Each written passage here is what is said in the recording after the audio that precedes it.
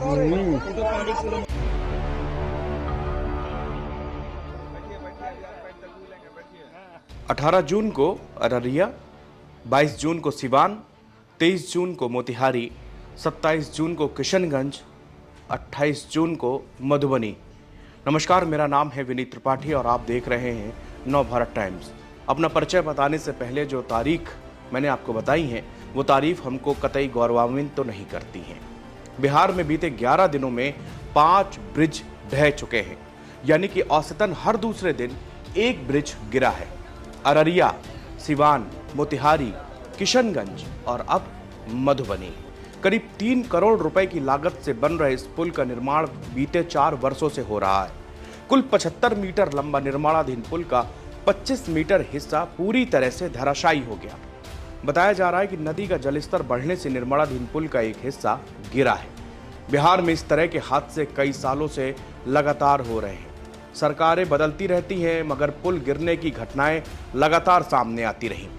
चाहे जेडीयू राजद की सरकार हो, जदयू भाजपा की सरकार हो, इसमें अब राजनीति तेज होती जा रही है।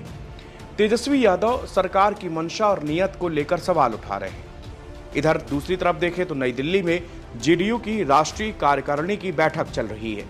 यहां पर एजेंडे पर काम होगा, रणनीति बताई जाएगी, विधानसभा चुनाव कैसे लड़ा जाए इस पर विचार होगा। मगर इस मीटिंग पर शायद ही कोई ये चर्चा करे कि आखिरकार बिहार में ताश के पत्तों की तरह ब्रिज क्यों ढहते जा रहे हैं। बीते 10 दिनों में 5 ब्रिज गिर गए, मगर इसकी चर्चा क्यों नहीं की जा रही, ये बात समझ से परे है।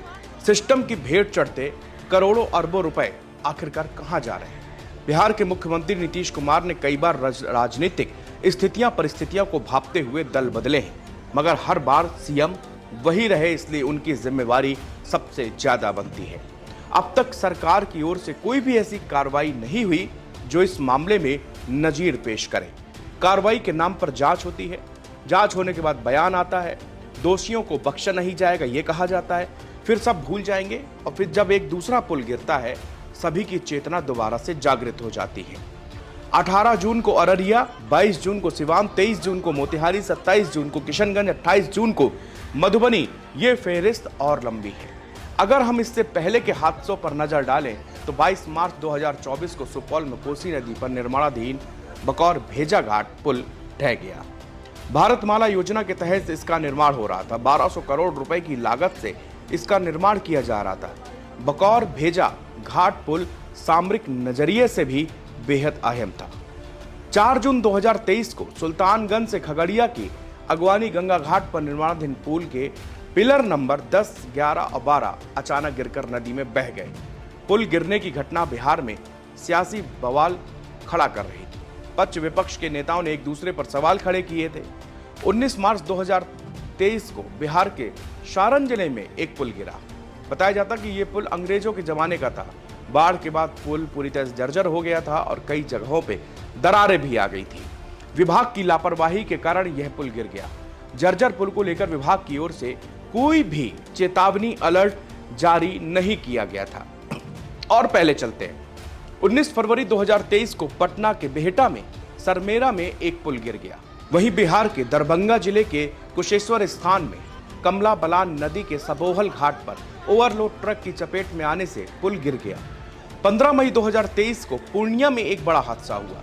यहां एक पुल का एक बॉक्स ढलाई के दौरान गिर गया। जुलाई 2022 में बिहार के कटिहार जिले में भी एक निर्माणाधीन पुल गिर गया। पुल गिरने से 10 मजदूर घायल हो गए थे।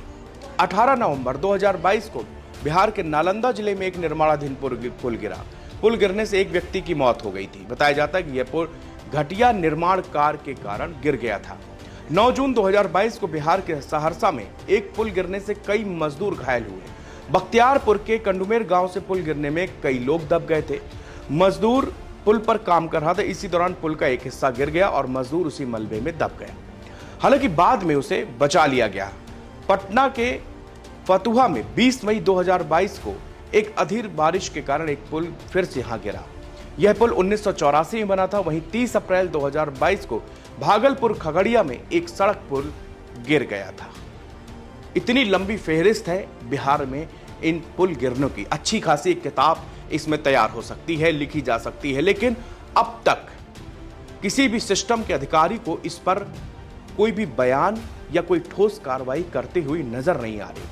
लगभग जो आंकड़ा मैंने आपसे दिखाया 2022 से लेकर और 2024 तक के बीच में इतने सारे भयावह हादसे हुए हैं, लेकिन हादसे के बाद में कोई भी ऐसी कार्रवाई नहीं हुई कि जिससे ये लोगों पर, जो इनको कंस्ट्रक्शन कंपनियां हैं, जो ठेकेदार हैं या जो अधिकारी हैं, उनके ऊपर जांच बैठाई जाती, उन पर कठोर कार्रवाई की जाती, तो शायद ये पुल अब जो पिछले 10 दिनों में 5 ढहे हैं, ये नहीं ढहते। इसमें हमेशा हीला हवाली की बात सामने आती है। लोअर क्वालिटी का इसमें प्रोडक्ट इस्तेमाल किया जाता है। जो रकम, जो करोड़ों रुपए की रकम से पुल बनाने होते हैं, उसमें कमीशनबाजी होती है, पैसा आधा बंदरबाट किया जाता है और इसी करप्शन की भेंट चढ़ जाते हैं पुल। और इसका खामियाजा या तो मजदूर भुगतता है या फिर जहां पर ये गिरते हैं वहां पर बड़े हादसे होते हैं, लोगों की जान जाती है और नेता, राजनीतिगण इसमें बयान जारी करके दुख जता देते हैं, संवेदनाएं जता देते हैं और फिर एक इंतजार होता है कि कहीं पर एक पुल गिरेगा और उसके बाद फिर से सबकी जागृत चेतनाएं उठेंगी, लोग जांच की मांग करेंगे, मीडिया में सुर्खियां बनेगी और उसके बाद सब कुछ भूल जाते हैं। एक दिन पहले दिल्ली के हालात सुन लीजिए। दिल्ली में भी बारिश के बाद में एयरपोर्ट का टर्मिनल ए पे बना हुआ एक हिस्सा नीचे गिरता है, उस पर 3 से 4 लोगों की मौत हो जाती है। आखिरकार कौन है ऐसे निर्माण का जिम्मेदार?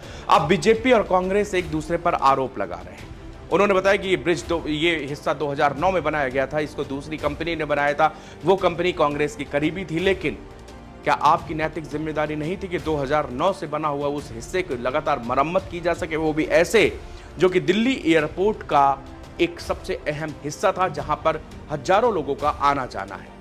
आखिरकार हम और आप इसी तरह सवाल करते रहेंगे और फिर इस तरह से जो सिस्टम चल रहा है, सिस्टम की भेंट चढ़ते जाएंगे ये पुल, और हम सब आप, जो कि आम आदमी, जो कि उसकी चपेट पे आता है, उसकी मौत होती है, करोड़ों अरबों रुपया का पानी में स्वाहा हो जाता है।